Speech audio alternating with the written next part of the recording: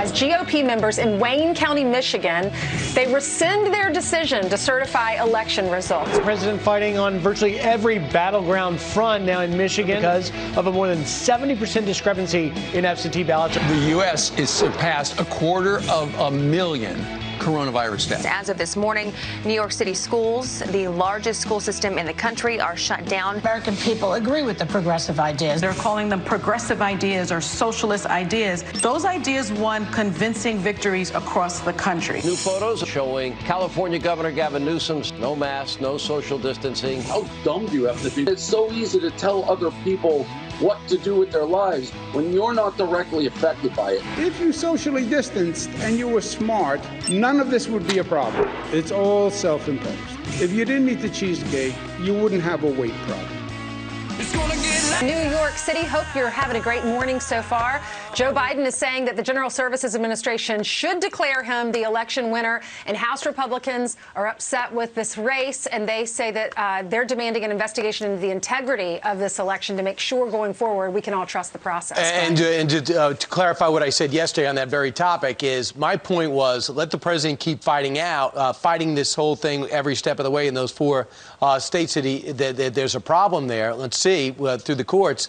But on the other hand, I thought you could just turn over the security information, the intelligence information, as well as the coronavirus situation, because you know the way the Democrats are, they'll do anything to blame the president for anything, even if he is out of office. So just take one of those weapons away. So not to stop fighting. There are so many moving parts to this. We have enlisted Griff Jenkins to join us from D.C. to tell us what's going on with this recounting, with lawsuits, and in Wayne County, Michigan.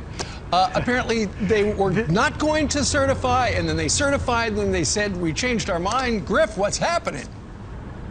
Yeah, Steve Ainsley, Ryan, good morning to you. Another twist in that Wayne County, Michigan's largest among the many battleground fronts that the president's watching from the White House. Now, in Wayne County, you had the 2 GOP canvass board members who voted against certification because of widespread discrepancies with absentee ballots, but then caved under pressure. Well, now they're recanting their vote in affidavits. Here's what one of the 2, Monica Palmer, says, quote, "The comments made accusations of racism and threatened me and members of my family." The other member, William Hartman, says this in the affidavit: "I voted not to certify, and I still believe this vote should not be certified until these questions are addressed. I remain opposed to certification of the Wayne County results." So what's this mean? It's a little unclear, guys, because Wayne County's results and those of Michigan's other 82 counties go to the Secretary of State, Jocelyn Benson, a Democrat, to present them to the state canvassing board on Monday. That has 4 members, 2 Democrats, 2 Republicans. We'll see what happens. Now, out in Wisconsin, the president's campaign is spending $3 million for a recount in 2 Democrat counties, Dane and Milwaukee counties. So it's unlikely to overturn the results, but it may open the door for the president to pursue other legal challenges there. Speaking of legal challenges, in Pennsylvania, the Supreme Court in Pennsylvania agreeing to take up the campaign's challenges to more than 8,000 ballots in Philadelphia. And down in Georgia, that we have been watching that recount, we should know the results around noon, we're told today, and we already knew that thousands of uncounted votes that we've been talking about that were uncovered. Remember, in Floyd and Fayette counties, more than 5,000 missed. That netted more than 1,000 votes for President Trump. Now, in 2 more counties, Douglas and Walton, more ballots have been untallied. This as the president continues contesting these results. Some top Republicans in the House Judiciary and Oversight Committee, led by Jim Jordan, demanding hearings into the election irregularities and improprieties that the Trump campaign has been highlighting. We'll see where it all goes. Steve, Ainsley, Brian. All right. Thanks so much, Gruff. So there is this group. It's a left-wing think tank. It's called New Consensus. It's led by AOC's former chief of staff. And they have sent this memo to the transition team, Joe Biden's transition team, urging him to move forward with their economic agenda, with or without Congress. And they say if President Biden is able to rise to this moment, he can create millions of good, high-wage jobs in every community across the country, bringing this country out of the current economic depression to be better and stronger than ever before. And he doesn't need the Senate to do it. Brian? Well, a couple of things.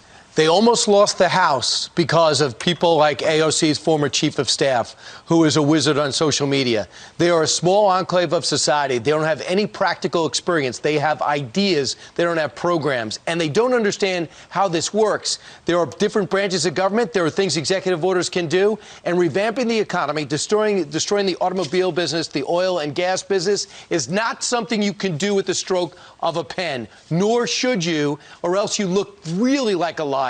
Because a month ago you were on the stump saying you don't want to stop fracking, and you didn't sign up for the new Green Deal, Joe Biden. You know, what's interesting is this group, which also helped AOC craft the Green New Deal, they're appealing to Joe Biden directly. So they sent him the 7-page manifesto. And keep in mind, remember it was a couple of months ago, Joe said, if elected, he would be the most progressive president in history. Well, they are suggesting Joe Biden could actually become the FDR of the 21st century. And so what they're saying is open up the Fed. Let's get all this money for manufacturing, and we'll turn factories into mask factories, and we'll turn car companies into car companies that only make electric cars. And we're going to build charging stations everywhere so everybody can drive one of those things. And we're going to upgrade homes to be more energy efficient. And the list goes on and on. Stuart Varney says right now, at this place in history, this is not what America needs. Watch. It's nonsense. For a start, this shows the Democrats' weakness in the last election. They don't have the Senate, probably. Speaker Pelosi's majority in the House is vastly reduced, so they're turning to the incoming president and saying, issue executive orders. I've got news for you. No executive order can tell the Federal Reserve to print trillions of dollars. You can't do that. The Fed is independent. This is a measure of the socialist weakness, actually, because they're demanding something which they cannot get. And they're not going to get it. Socialism, actually, is in decline here. All right, another big story that we're following this morning. Students in the country's largest school district are staying home now because New York City's Mayor Bill de Blasio shut down the schools over an increase in coronavirus cases. Yeah, some arbitrary number he came up with in his head. Our next guest is a Long Island County executive, Nassau County to be specific. She disagrees with this move and vows to do everything to keep schools open. Nassau County Executive Laura Curran joins us, and let's be truthful, that's my county. And Ainsley, I believe that's your county.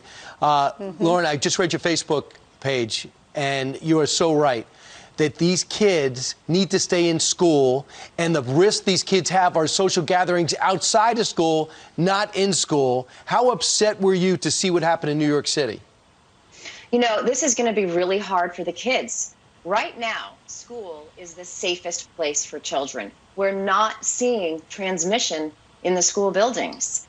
Just like we're not seeing transmission in the gyms or the bowling alleys or the restaurants. It's really these other social gatherings. But unfortunately, it's the school children and the businesses that are facing the restrictions, and in New York City are going to be paying the price. So we have a bit of a different situation in Nassau County. The county executive, me, I'm not in charge of the schools. There are 56 independent school districts that make their own decisions. But they have been doing a fantastic job. And I'm a customer. I have kids in the public schools. I'm very happy with the job that they're doing. They've invested money. They're doing the social distancing, the masks, the partitions, the pods, all of this. And guess what? It's working. And the kids, for social development, for emotional development, all of that, of course, and also learning, need to be in school. And, you know, whatever we can do on the county level, we're going to fight for that. Right. Well, as you know, Laura, here in New York, and this is to cover the New York Post, where it says no class. A couple of months ago, when they were trying to figure out whether or not New York City schools would have in-person learning, the mayor, you know, he had the teachers union, and they were going, we don't want to go back. You know, it puts a lot of us at risk. And so he came up with this number of 3%. If there's a 7-day rolling average of 3% positive rates in New York, you're going to close the schools, which does seem arbitrary because we don't know exactly where he came up with that number. The World Health Organization says 5%. The governor of New York as well had dissed the whole idea of that.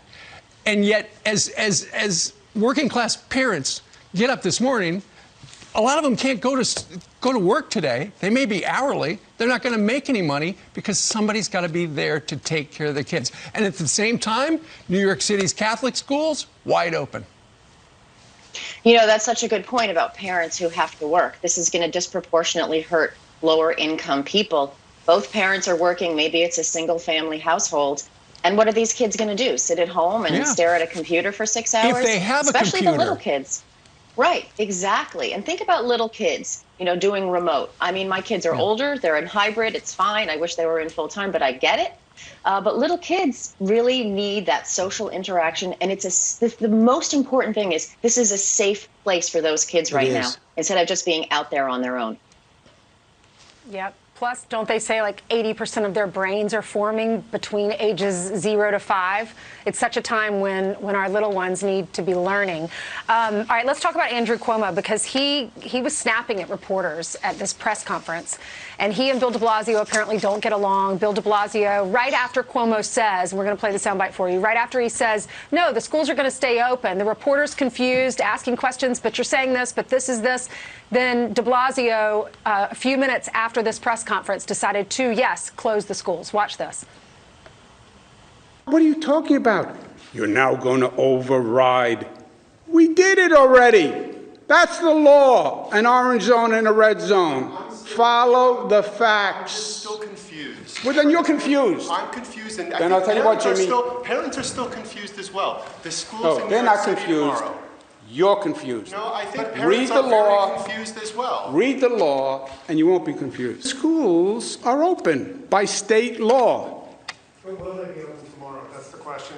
I think Jimmy's correct in asking that question. I don't think it's obnoxious at all. Well, I don't really care what you think.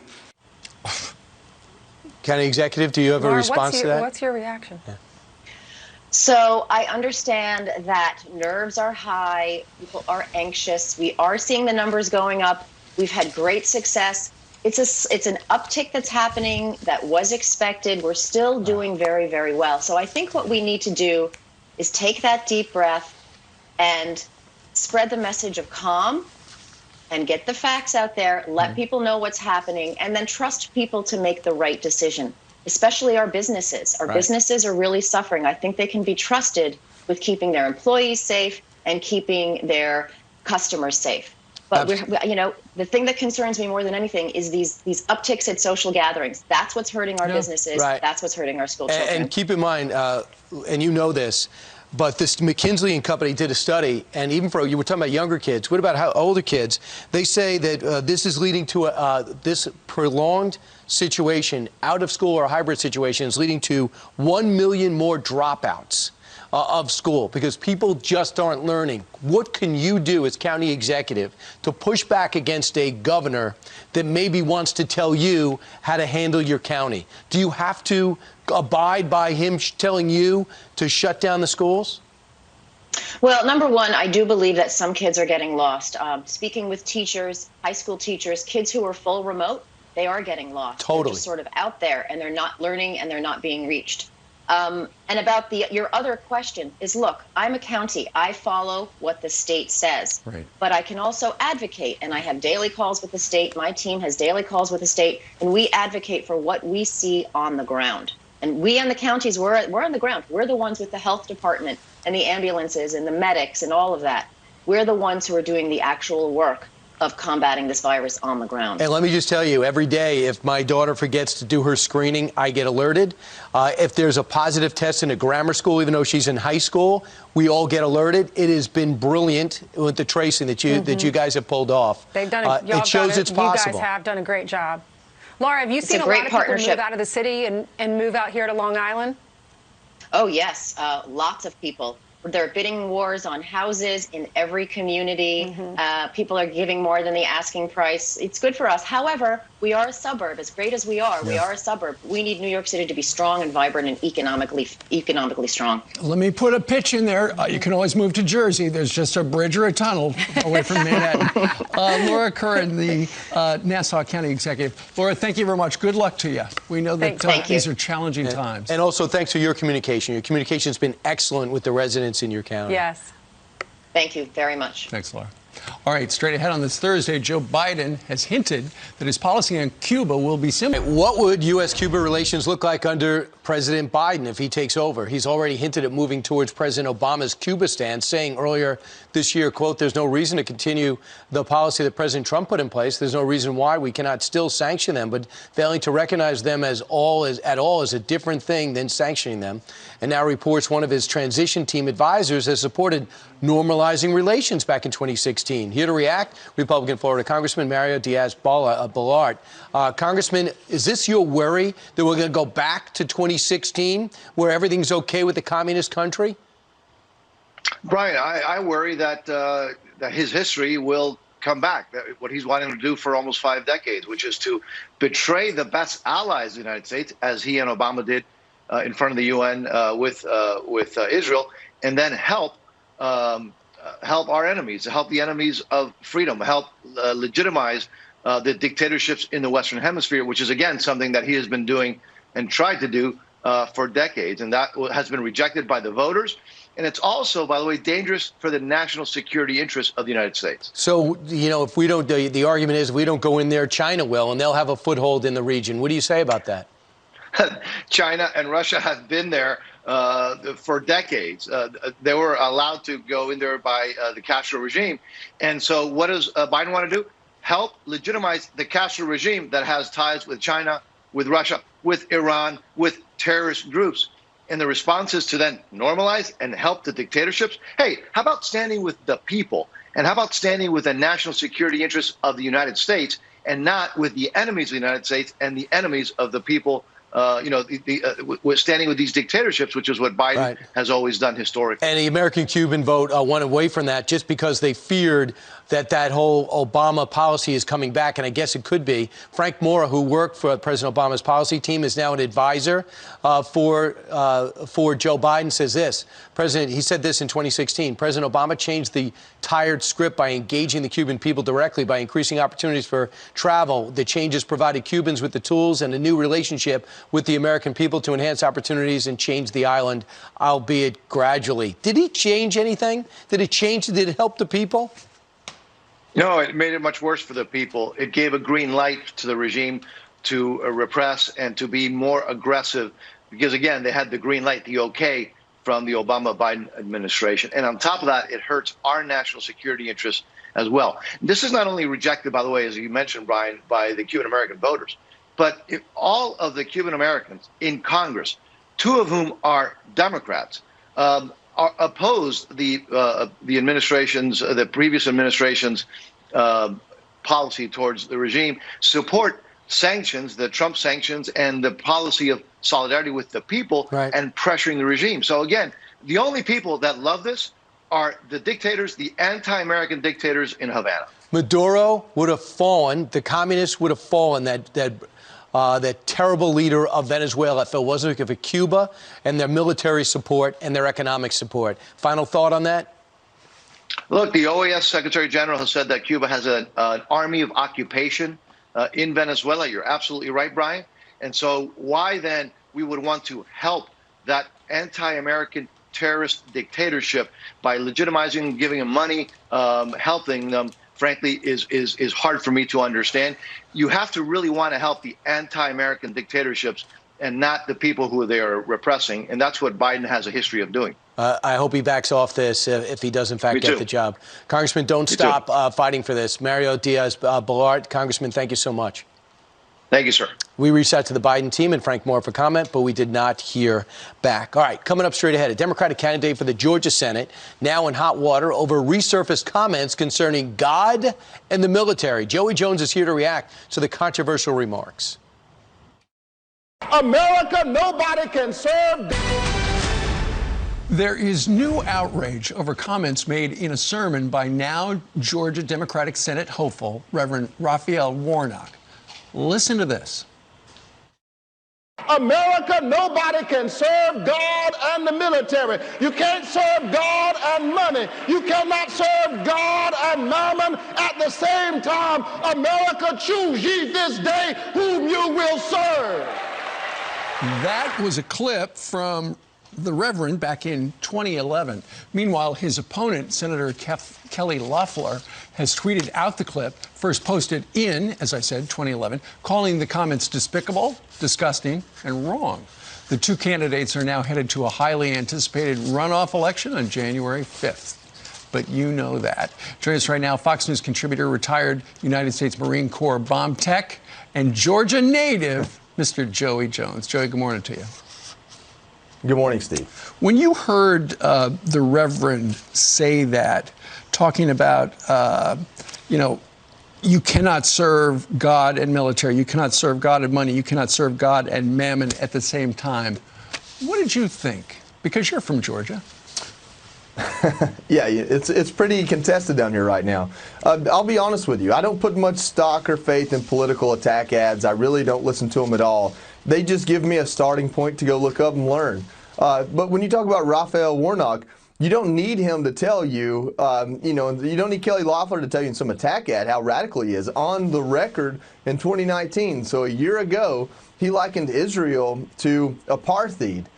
He said that, we're shooting down Palestinians that are innocent and unarmed, and outright attacked Israel. And only in the primary process this year, he put out some contradictory statement saying he fully supported Israel, but didn't explain that at all, something that happened less than a year ago.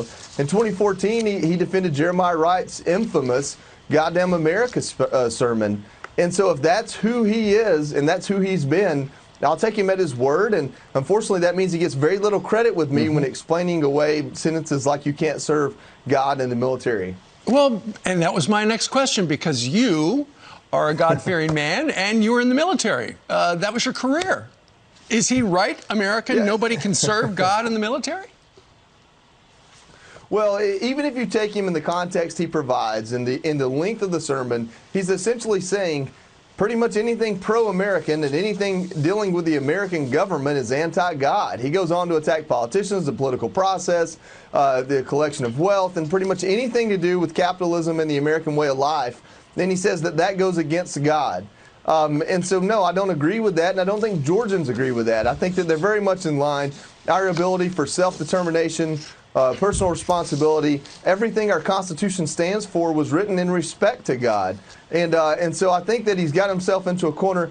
What's unfortunate here, and I'll be very honest, is that he's the more likable candidate between him and Kelly Loeffler on just ads alone. She doesn't put forth enough personality. He puts forth almost too much. And so hopefully the debate will help discern that. Hopefully she'll allow Georgians to see a little bit of her personality and who she is.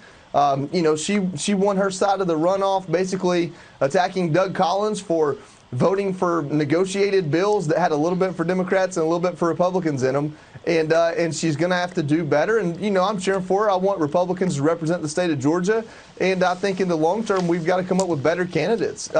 Democrats went way outside the box with Warnock, and I can appreciate that on their side. But I think he's got plenty of vulnerabilities to expose, and I don't think he's going to represent Georgians properly in the Senate. And for that reason, I hope Kelly Loeffler wins. Well, you mentioned the ads. I think it was on Election Day. The Reverend was running an ad with a puppy, which was charming. I read a story this morning. Apparently, Republicans have a $28 million ad advantage in that race. So that is good. They're going to be buying a lot of ads over the next 2 months. But in the meantime, this sermon continues to get traction. There are two U.S. senators, Marsha Blackburn and Tom Cotton, both say he should withdraw from the race because of it. And his campaign has made a statement, and they say this. This sermon was based on a biblical verse that reads, "No man can serve two masters." Reverend Warnock was speaking about the need to commit to moral life before pursuing other priorities. As the video of the congregation's response makes clear, this is another blatant effort by Kelly Loeffler to take Reverend Warnock's words completely out of context. Joey, you're on the ground there in Georgia. Given where we are with these twin runoffs first week in January, what are people saying about what they're going to do? Yeah, listen, Jon Ossoff has the personality of a stale donut. He's not a great candidate. He almost beat Karen Handel, and she's lost twice in a row. The problem in Georgia is the Georgia GOP doesn't support candidates that get people excited, and they don't go out and knock on doors and register people to vote and do the things that organizations like Stacey Abrams did. I think 2/3 of the state is still red, but if they're not getting communicated with and they're not showing up to vote, this is the situation you leave yourself in. I don't think you have to parcel a sermon from Raphael Warnock to attack him on his policies. This is a guy who all but has said he supports court packing. This is a guy who's all but said he supports everything on the far left agenda that an AOC would run on. That's where you attack him, and that's where Georgians open their eyes and say, you know what? That's not who we are. That's not how you represent us. We're going to go to the polls and we're going to vote. But all of these problems are solved by getting better candidates, and I'm not being mean about the ones we have, but David Perdue is, you know, if Kelly Loeffler doesn't have a lot of personality, David Perdue is just a legacy name. But we need people in Congress and in the Senate who are fun to cheer for. You know, Ted Cruz wouldn't have trouble running against Raphael Warnock. I truly believe that. We need people in Congress who know how to communicate to the people they're trying to represent, and we don't have that right now. And I hate to say that, but it's true. All right. So I hope we have some Republican senators, and I hope we do better moving forward. Well, those are the four we get. You get to choose from come January. That's it. You know, we love having your point of view on the show. And folks, Joey's story from serving in the Marines is now featured in the book called Modern Warriors. Comes out November 24th. Sign up for Fox Nation's Patriot Plan, and you will get the book written by Pete Hegseth absolutely free.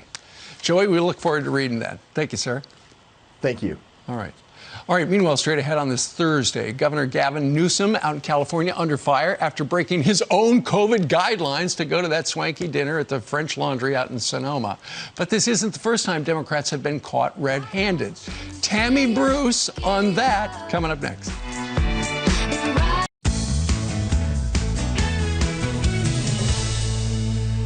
The progressives have very good ideas, and the American people agree with the progressive ideas. If you look at this election, progressive incumbents in swing districts overwhelmingly won re-election. So these progressive people, you know, that are calling them progressive ideas or socialist ideas, those ideas won convincing victories across the country. America has spoken. Those are the views that America supports, not this sort of conservative right-wing agenda. That's just not true. Right. Well, those are some of the views on The View. Let's bring in Tammy Bruce for her view. She's a Fox News contributor and president of the Independent Women's Voice. Tammy, I'm a little confused. So who got it right? The women on the View who were talking about American voters chose socialism, that message, or those moderate Democrats we've been hearing from over the last couple of weeks who said that socialism message killed us? Yeah, you know, I think they're changing the name of the show to The Fantasy View because that just makes no sense whatsoever. It's like fan fiction, what they're talking about. What we do know, and this is what is amazing about this election, as the top of the ticket, the presidency is challenged, is that it was a red wave throughout the country in districts. And when you look at, of course, Nancy Pelosi knows, and the reason the Democrats are upset is because that lead in the House of Representatives continues to shrink. She is probably going to have maybe a majority of 3 or 4, but Americans rejected the defunding the police. They rejected riots. They rejected assaulting people. They rejected the identity politics. They rejected cancel culture. So the problem with the Democrats is they remain in kind of a fantasy world where they ignore the reality. And this is not going to, pretending is not going to help them deal with what Americans want and what I think the statement was in this last election. Tammy, what do you make of the hypocrisy in California with Gavin Newsom being caught at that restaurant? It's a very expensive restaurant, French Laundry, and he was caught. He made an apology, and then he said, in that apology, the original one, he said his meal was outdoors. But then these photos surfaced. Someone at another table snapped the pictures, sent them to a TV station, the Fox station in L.A., and you can see clearly he's not outside, he's inside. No mask, no social distancing. And now he's telling everyone in California to change their Thanksgiving plans. Well, that's exactly it. And look, his instinct was, and this is typical of politicians, I think, many of them, was to lie, was to pretend that he was following the rules. So this is not just about him. This is about a political structure that believes they are beyond law and order, that the rules they write are for the little people who have to follow those rules. And it's not just Newsom, obviously, that he's telling people you got to effectively cancel Thanksgiving. You can't have, your own family essentially at your house. You got to be outside. And yet he goes and enjoys a birthday party, Ainsley, for a lobbyist with other lobbyists, but lobbyists from the healthcare industry in part, which makes this even more ridiculous. But this is our problem, especially with a life and death issue like the coronavirus. They tell us that we've got to do certain things, like not have Thanksgiving, in order to protect lives. But then they don't do those things. And it tells you one of two things. Either they don't believe what it is they've been telling you, and it's false, or they really believe that nothing that they say or do applies to them beyond even this issue. And it affects the legitimacy of government itself. And you wonder why Americans are looking around thinking, wait a minute, why do we have to do these things when you're not doing it? It's Newsom, it's Lori Lightfoot of Chicago, it's Nancy Pelosi, and the salon in San Francisco, and a dinner for Democrats she had to cancel because she was called out on that. Yeah. Tammy, there's no way this is a one-off for the governor of California. You know he's been doing this all the time. Meanwhile, when talking about California, the cancel culture hit the big actors, hit the big directors, and they are working on eggshells. Sometimes they're bringing the trouble on themselves, and sometimes they just find themselves in the middle of things. That did not elude Matt McConaughey, who was kind enough to join me yesterday in an interview you'll see on here on my radio show in about 90 minutes. And here he was talking about the pressure and the cancel culture. Listen. This immediacy of this culture with Twitter and everything else and comments and stuff. It was about what you tweeted about. Okay. Yes. So it's like, hey, what was the tweet? And then all of a sudden it became like, well, if an issue came out and you didn't tweet support for it, it was your non-tweet that got you in trouble. I heard. Like, where it's crazy. And you're like, what? And he went on to talk, we were talking about Chris Pratt. He comes out, didn't want to go to an event, a left-wing event, and he got ridiculed. He's a big star, married to Arnold Schwarzenegger's daughter. And then you have the President of the United States, former President George W. Bush, has a conversation with Ellen. That's a problem. Vince Vaughn goes over and says hello to President Trump. That's a problem. Hollywood started this. Now they can't get out of this. Yeah, and it's only a problem if you allow it to be. I know that it sounds trite, but it's true. That the power that they're looking for is the bended knee, is you agreeing with that and acquiescing to it. And it's important also for people to not get caught in that pattern, that we can disagree. You can even get mad at people. You can have disagreements politically and personally, but it doesn't mean you have to destroy them. That it's a call for us to rely on the worst of ourselves when we're dealing with issues of disagreement. But this is what the left always does, because they can't win, Brian, on the details of the issues. Right. So they want to condition people into believing that you really, literally, as Matt has found, you can't say anything and be safe. And as a result, you say nothing and you retreat. That is what they had hoped would happen in this election.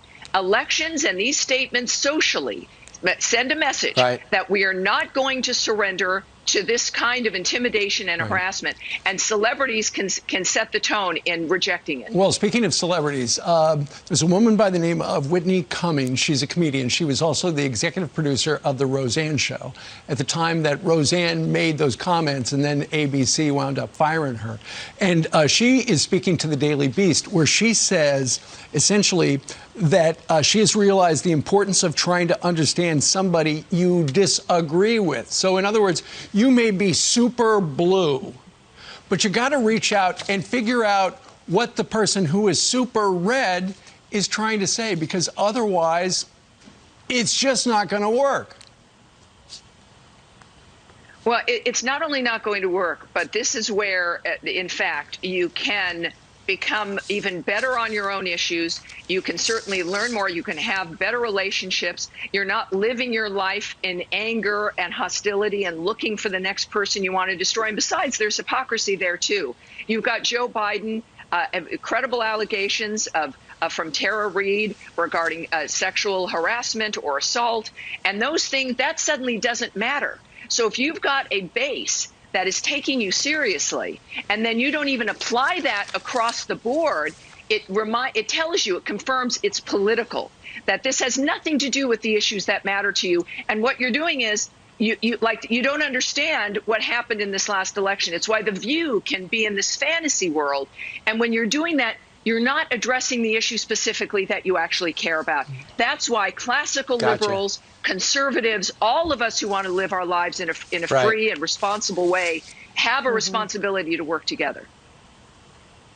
All right, Tammy, thank you so much. You can catch Tammy at Fox Nation's Patriot Awards. It's tomorrow night, 8 p.m. Eastern. Thanks for participating in that and being on our show this morning. Thank you. All right, big tech is facing big problems. One entrepreneur says that he's found the answer. Leave the West